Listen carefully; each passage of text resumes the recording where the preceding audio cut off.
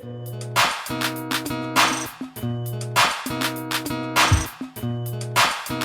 ladies and gentlemen, and welcome back to Tech Showdown. Today we're checking out a laptop. It's the Acer Aspire V15 Nitro, and this is the newer one featuring the 7700HQ and the GTX 1050 Ti.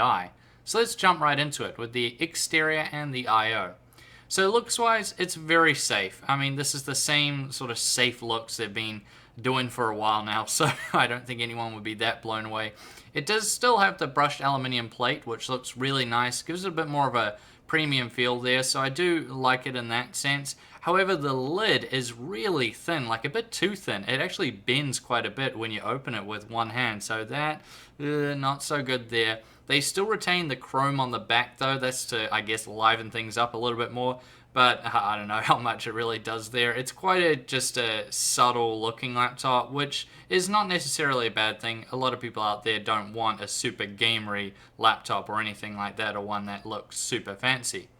I/O wise, there's absolutely nothing on the front or the back. However, when we go over to the left hand side there, we see that it has an SD card slot, headphone and mic jacks, 2 USB 2.0 ports plus a secure lock, and over on the right hand side you get an AC in, an Ethernet port, full size HDMI out, 2 USB 3.0 ports and a single USB 3.1 Type-C port. Now specs wise, so CPU, Intel i7-7700HQ. This is one we see all the time on laptops like these. It's a quad-core 8-thread CPU with a 2.8 GHz base clock and a 3.8 GHz turbo clock. RAM-wise, it's just coming with 8 GB of DDR4 memory, 2400 MHz. That's a 2 times 4 GB kit. GPU-wise, the NVIDIA GTX 1050 Ti. This is the 4 GB version. Very solid graphics card there. Now, it doesn't have an SSD. Instead, it comes just with a 2 TB HDD, although you could add in an M.2 SSD later on if you really wanted to, and I probably would recommend that. Communications-wise, it's coming with 802.11 AC, Wi-Fi AC and Bluetooth 4.0, all the standard stuff there. And then you guys can see the size and weight there, pretty typical of what we would expect out of a laptop of this class. Now let's move over to the screen then. So it's a 15.6 inch 1080p IPS panel, and that's really solid in terms of the size. I think it's like the nicest mix in terms of, you don't want a screen that's too small because then obviously things look bad, but you don't want one too big either or else it takes up too much room. So 15.6 inch to me is the nice sort of happy medium there. This is absolutely fantastic to consume media on. It is very, very vivid, being an IPS panel, great viewing angles, very clear, and I really like it. The colors really pop, especially once you turn the brightness up heaps.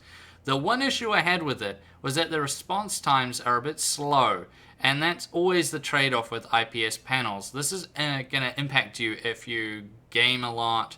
It's in a very fast-paced game as well. You'll see a bit of ghosting at times, so it really does depend on which type of game you are playing, but that is the trade-off there. So if you're someone who's going to be doing a lot of gaming, then that is something you're going to need to be aware of with this laptop. Moving over to the sound, and it just has 4 downwards facing speakers, which actually go super loud if you really want them to.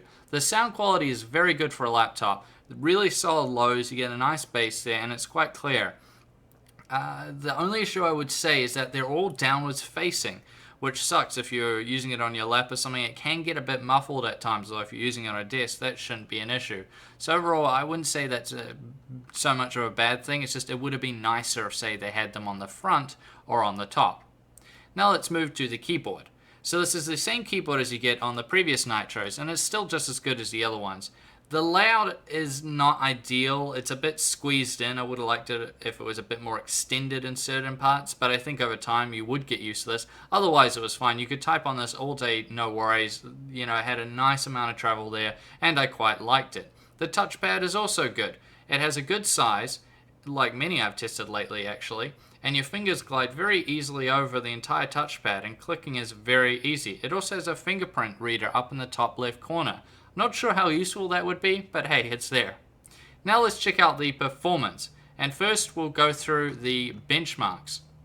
So the first one I want to check out is Heaven 4.0. This is everything maxed out, 1080p of course.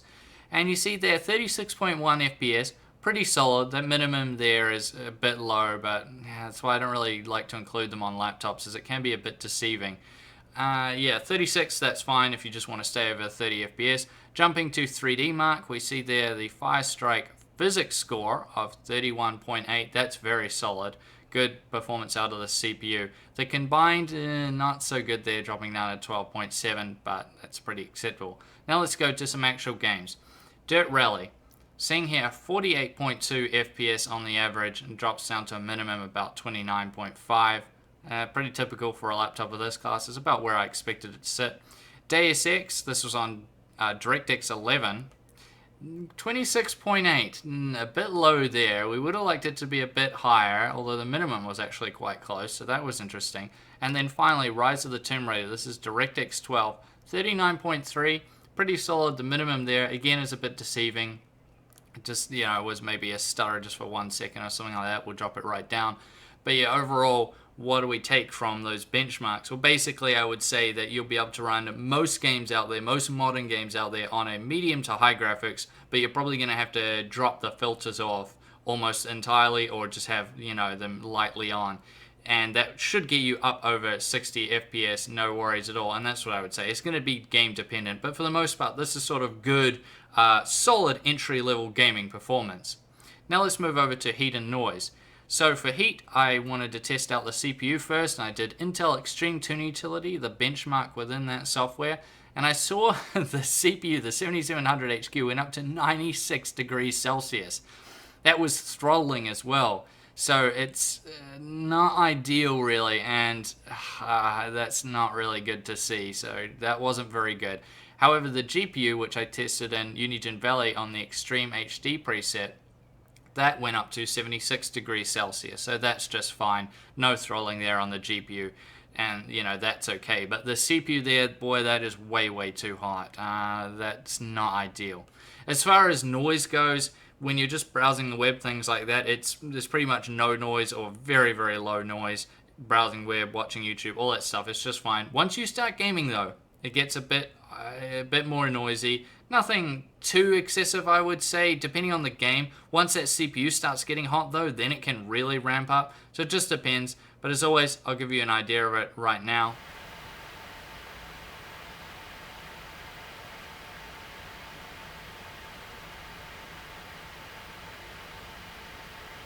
So yeah, that should give you an idea on the noise. It really is sort of application dependent, but yeah, when it ramps up, it can really ramp up. Which leads us now to the battery life. So with balanced settings, you're going to see around 5 to 6 hours. I think that's actually fairly solid for a laptop of this class. When you're doing gaming or workstation type things, any heavy tasks, that'll knock it down to maybe 2 to 3 hours. And if you run really conservative settings and just do basic things, maybe you're just typing a document, that'll go up to about 8 hours, so that should be just fine. Software-wise, this had the most amount of bloatware I think I've ever seen on a laptop. So much it made my head spin. I went on the biggest uninstalling spree in history to get rid of it all. Once you do, you'll notice that the boot times are dramatically better, and the overall response of the laptop is also a lot better. So honestly, I wouldn't keep any of it, just uninstall all of it. Maybe keep Dolby Audio, that can be quite useful, but that's it. Everything else, just uninstall. Acer, what are you doing? Which brings us to the conclusion, and what do I make of the Acer Aspire V Nitro, this newer version? So, I would say it's a solid but basic design. It feels well built, but the lid is just a little bit thin for me. You can feel quite a bit of a flex there. The screen is very impressive though. Nice IPS screen there, although the response time is a bit slow for me. The sound quality is great. It would be perfect if the speakers were on the top. So, that's something you got to be aware of if you're using this on a bed or something like that, which I wouldn't recommend because the CPU gets so hot anyway. It has a great feeling keyboard. It's really, really nice. And the touchpad is also fantastic. It has decent entry-level gaming performance that should get you by on most games on a medium to high setting.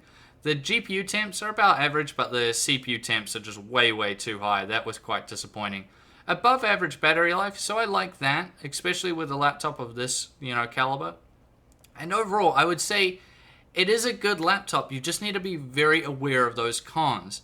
I would highly suggest doing a mass uninstall once you get this laptop, and I would also suggest investing in a laptop cooler, because that will really help bring those temperatures down, especially if you're gaming. And that's basically how I gotta leave this video, guys. I would put it this way, I would cautiously recommend it. You really need to think about those cons, do a bit more research, read some other reviews, and then decide if this is a laptop for you, because these are just my personal feelings and maybe others will see it differently. But yeah, that's how I have to leave this video. Now, I thank you all for watching this video. Thank you guys for subscribing to Tech Showdown as always, and I'll see you guys next time.